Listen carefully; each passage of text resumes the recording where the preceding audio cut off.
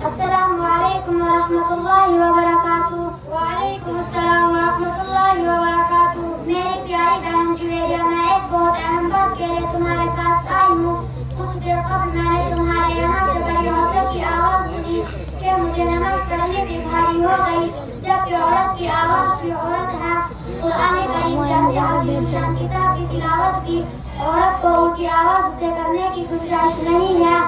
ہاں میری بہن، یہ آواز آ رہی تھی، مگر اس کے تھوڑی دیر بعد ہی آپ نے خاموشی کا ماحول بھی دیکھ لیا ہوگا۔ اصل میں آج ہمارے یہاں رشتے دار مذکورات آئی ہوئی ہیں، دینی باتوں کا اثر لے رہی ہیں، اور اللہ کی ذات سے امید ہے کہ آج وہ سب یہاں سے تقوی والی بن کر جائیں گی انشاءاللہ، کیونکہ آج ہمارے مدرسے میں بڑے علماء کرام تشریف لائے ہوئے ہیں جن کے بیانات تقوی سے بھرے ہوئے ہوتے ہیں۔ تقوی کسے کہتے ہیں، اس کے کیا فائدے ہیں؟ تقوی کہتے ہیں جذبات کو اللہ کے اوامر کا پابند کرنا۔ تقوی سے علم مقصود ہوتا ہے۔ تقوی والوں کو اللہ حکمت کی باتیں سجھاتا ہے۔ جو مال کے لالچی ہوتے ہیں ان کے دل حکمت کی باتوں سے خالی ہوتے ہیں۔ اللہ نے انسان کے بدن کے اعضاء کو کس لیے پیدا کیا ہے؟ اللہ نے انسان کے سارے اعضاء کو ذکر و عبادت کے لیے پیدا کیا ہے، اور ذکر و عبادت کو رواج سے ہٹ کر سنت طریقے پر کیا جائے۔ رواج سہولت کا مطالبہ کرے گا اور سنت مجاہدے کا مطالبہ کرے گی۔ ہمارے نبی حضرت محمد صلی اللہ علیہ وسلم جو آپ کی خبریں سناتے تھے، انہیں سننے والے کتنے قسم کے لوگ ہوتے تھے، اور سننے کے بعد سب کو فائدہ ہوتا تھا یا کچھ کو؟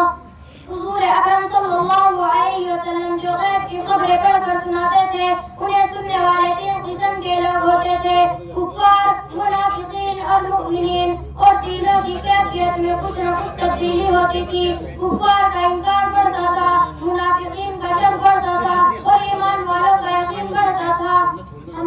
میرا ڈاکٹری اور انجینئرنگ پڑھنے کا ارادہ ہے، اگر اس کا کوئی سنت طریقہ تمہیں معلوم ہو تو مجھے بھی بتلا دو۔ ڈاکٹری اور انجینئرنگ تو تقوی کی وجہ سے اللہ تعالیٰ تمہیں تجربات کی بنیاد پر بھی سکھلا دے گا۔